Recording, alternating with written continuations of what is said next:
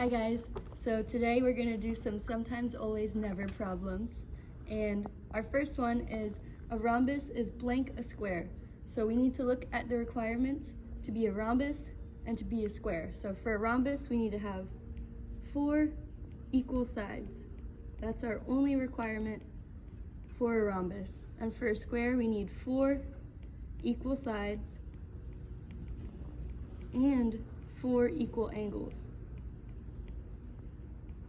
So now we're going to have to try to draw one that is like 2 and then one that is not like 2. So 4 equal sides, we can go like this, 4 equals, and then we happen to have 4 equal angles too. So that would be check. That one would be a square and a rhombus. And then if we draw another one, this one also has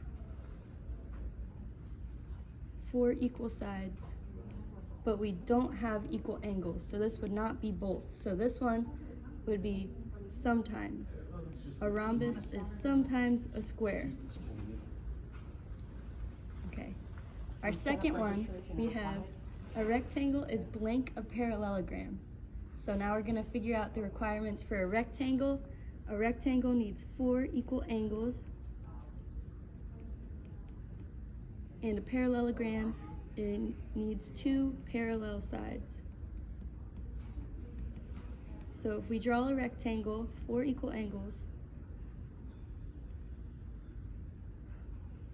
what's happening? Okay, we have 4 equal angles, but then we also have 2 parallel sides, so this will work. If we draw another rectangle, we have our 4 equal angles, and we still have 2 parallel sides. So this would be always, a rectangle is always a parallelogram. Okay, and then our last one, we have a right triangle is an equilateral triangle. Okay, right triangle, we need one angle that's 90 degrees. Equilateral is all sides are the same. If we draw a right triangle, these sides are not going to be the same. These two could be the same, but they're not all going to be the same. So this would never be an equilateral triangle. Okay. Hi guys. So we're going to do a division problem today, and before we start that, we're going to look right here and remember that our red chip and our yellow chip paired together would be a 0 pair, so these two would be 0. And we're going to use the chip model and the number line model today. So we have 10 divided by -5. 10 is positive, so that would be our yellow chips. So our first number would tell us that we're going to create 10 yellow chips. And then our second number, -5, that's going to tell us that we're going to create these 10 yellow chips using groups of 5 red chips. So we're using groups of 5 red chips. And you can't go from red chips to yellow chips, so we need to start with some 0 pairs. So we need at least 5 0 pairs to start.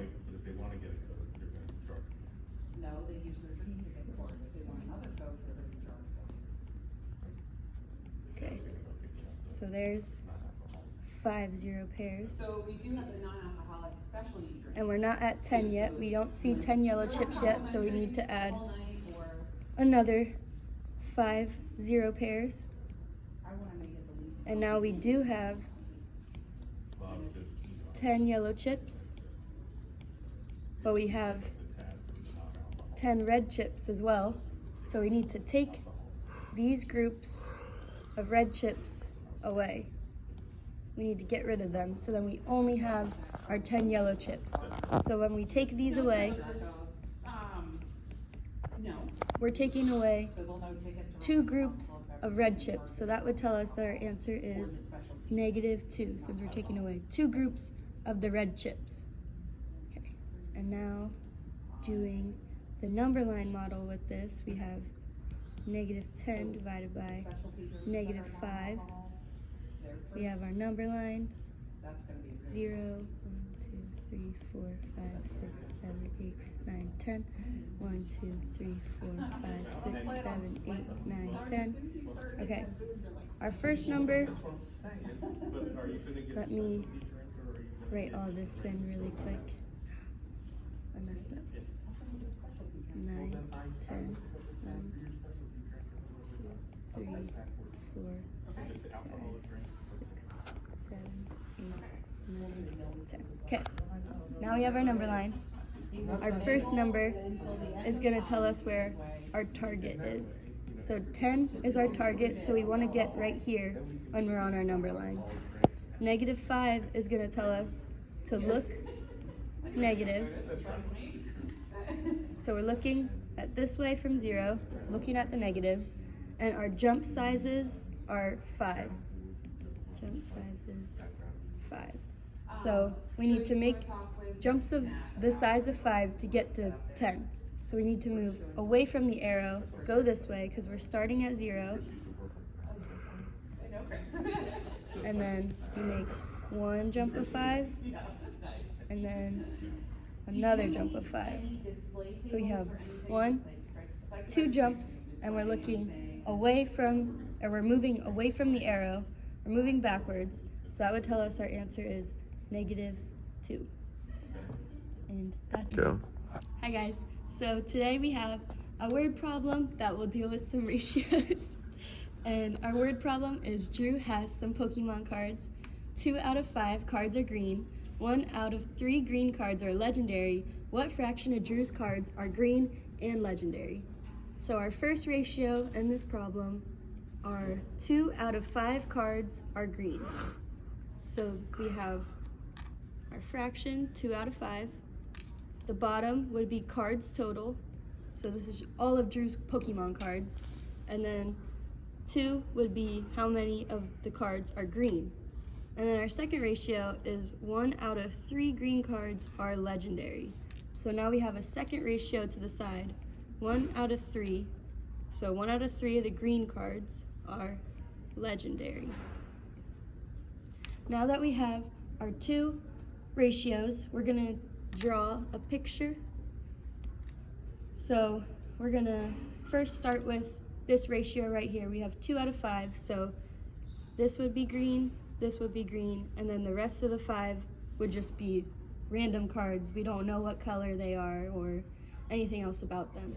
And since we need 3 green, we need to do 2 more rows so we can have 3 rows of green. So here's our setup, and now we're looking at our second ratio. 1 out of 3 of the green cards are legendary. So we're going to take 1 from here. So these 2 green cards are legendary because we took 1 out of 3 of them away.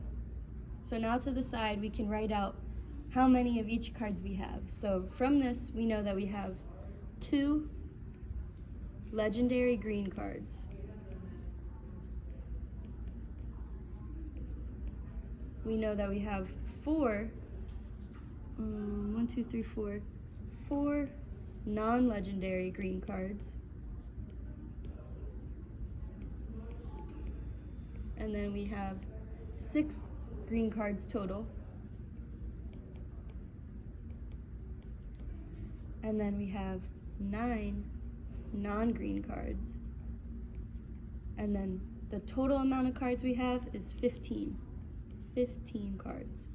And our question is asking us what fraction of Drew's cards are green and legendary. So here we found out that 2 of his cards are green and legendary. So then that's how we do this ratio word problem.